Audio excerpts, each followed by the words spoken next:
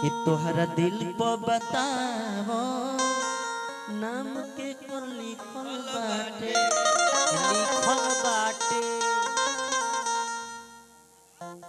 देवेंद्र भैया आशुतोष यादव जी के नाम लिखल बा दिलवा पो। हम दिल पे ना रहेला दिल के भीतर ही ले चल जाने माइक में रखे के बाहर नीचे कि राजा भले दूर हमसे जई हो मेरा नु कहते कि जाए के तो प्लानिंग कोइए देले बड़ो बैग ओगल सरिहारी ले ले बड़ो तब जाए का मूड बा तो जा लेकिन जई हो तो एगो बात हमारी याद रखी हो तो जहां जालो दिल के कमजोर हो कोनो तनकी से इस्माइल को के फंसा ले ली सब तो वे भाव कहे के बका कि राजा भले दूर हमसे जई हो कि राजा भले दूर हमसे जई हो तो दिलवा ना सौ दिन से लगई हो राजा भले दूर हमसे जई हो राजा भले दूर हमसे जई हो दिलवा ना सौ दिन से लगई हो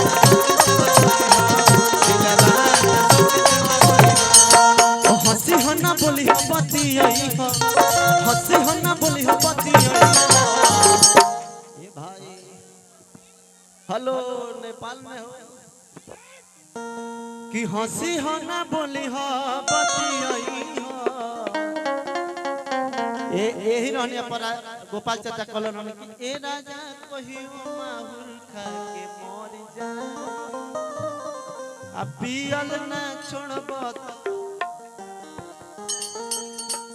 कि राजा भले दूर हमसे जई हो राजा भले दूर हमसे जई हो दिलवा ना सोते से लगई हो हंसी हो ना बोली हो पति आई हो हंसी हो ना बोली हो पति आई हो दिलवा ना सोते से लगई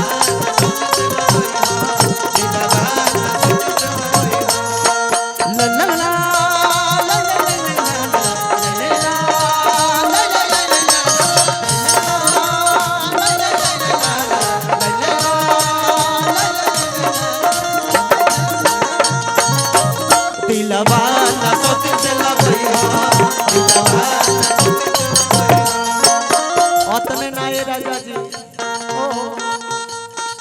आप आए और यहाँ बाहर आ गया ए जाड़ा पाला में रहुआ प्रोग्राम खाते हमन के इतना परेशान भइल ए बात से बड़ा खुशी बा रोवे नियर लोगन खातिर मेहरारू बहुत होई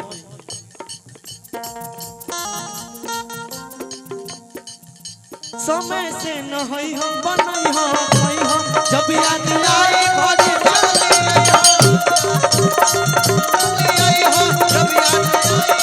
समय से बनई हम न होई हम होई हम जब याद आई घरे चले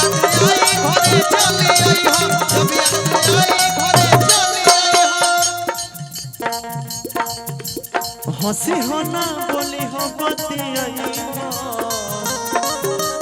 हंसी हो ना बोली हो पति आई हो हंसी हो ना बोली हो पति आई हो दिलवा ना सोते से लगई हो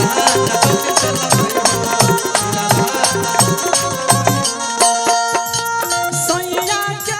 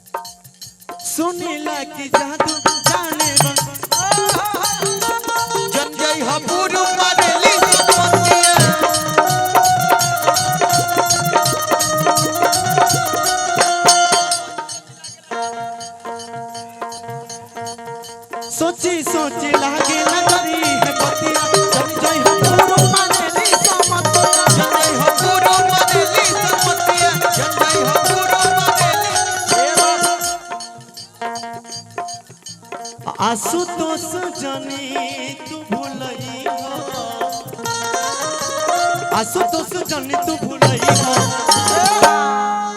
इतना खूबसूरत रोवा नाचता नहीं और आउ नाच के कि आशुतोष के जनी तू भूलई हो कि आशुतोष के जनी तू भूलई हो आ दिलवा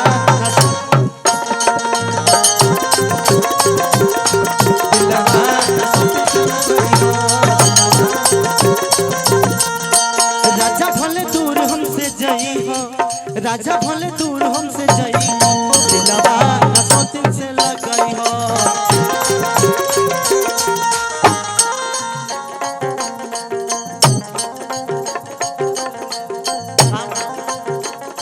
दिलवा सोतिन से लगाई हो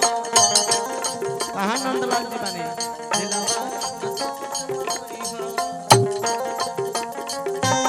यही लाइन में गौरी गाना रहे पिंटू भैया